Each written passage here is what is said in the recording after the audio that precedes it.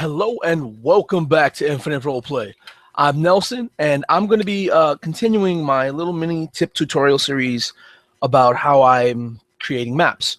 I did one real quick and dirty 6-minute map, and in a previous video produced by Jarl DM, he used continent brushes or landmass brushes. Those are awesome. And not all of us have those, not all of us can maybe find them, but as a little tip, we're going to be making our own landmass brushes. So you approach it similarly to actually making your first map. You have to open a new file. All right. I'm going to go for a large, 1024 by 1024 because that's just what I like to do. You can do whatever you like as well. 200 pixels per inch. Let's bump it up to 300 because why not, right? More details can't hurt. Unless, of course, you have a slower system, then that's going to be a lot of pixels on screen. Anyway, we open up our file, right? Approach it the same way as before. We go to Filter, Render, Clouds. And you can just keep doing that. Once you render clouds, you can press Control F as a shortcut to repeat that process. Then you go to Filter, Artistic Cutout, and I'm not sure if I fixed the problem with the cutout screen going blank, but this looks like it'll make for something interesting. But having these blacks, whites, and grays in the middle aren't necessarily all that good. So I'm going to go to Image, Adjustments, Levels. The shortcut for that is Control L. You get this little menu. The tab all the way on the left is the dark tab. You raise it and it makes the image darker. The tab all the way on the right is the light tab, and you bring that close to the middle. It brings everything lighter. The point is to get these things to meet so that it's only black and white on your page. I'm fiddling around until I get something I enjoy.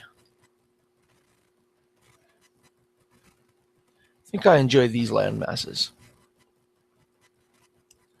Okay, I'm just going to invert the color with Control I, or it should be, yeah, I forget where it is, but the shortcut is Control I.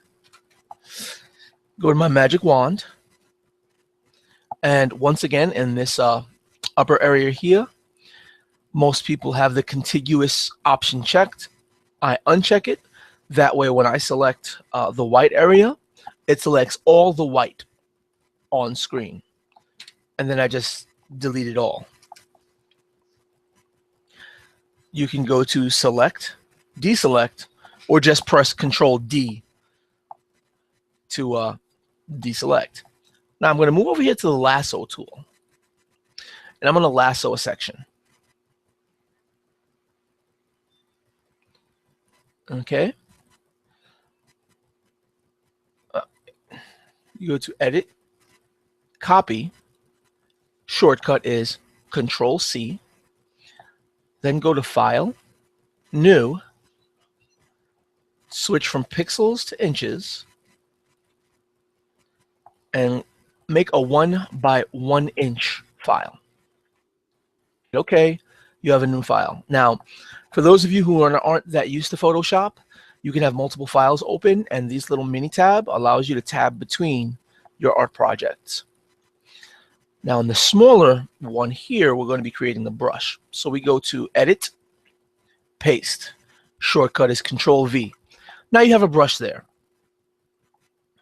You can just go to Edit and go all the way down to Define Brush Preset. You hit that and you name your brush. So I'm going to name my continent brush.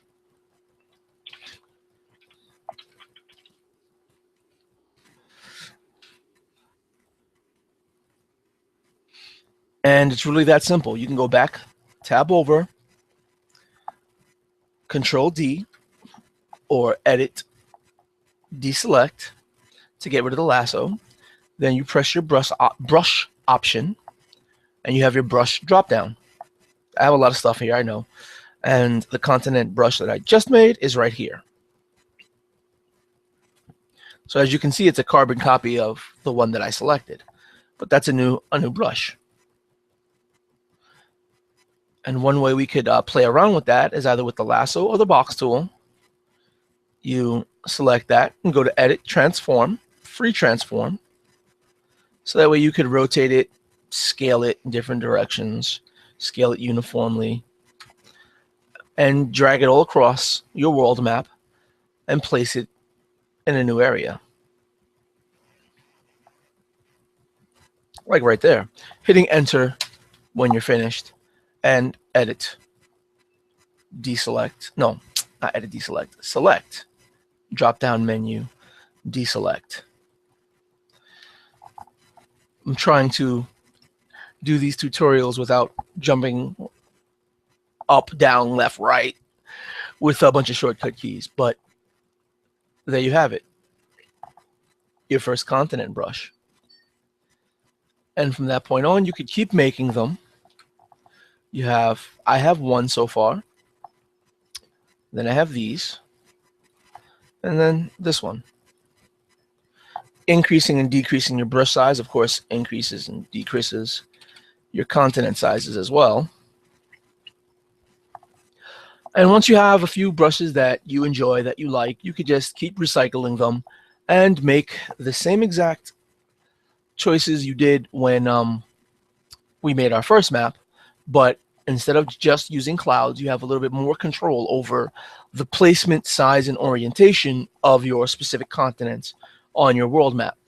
I hope you enjoyed the tutorial thus far.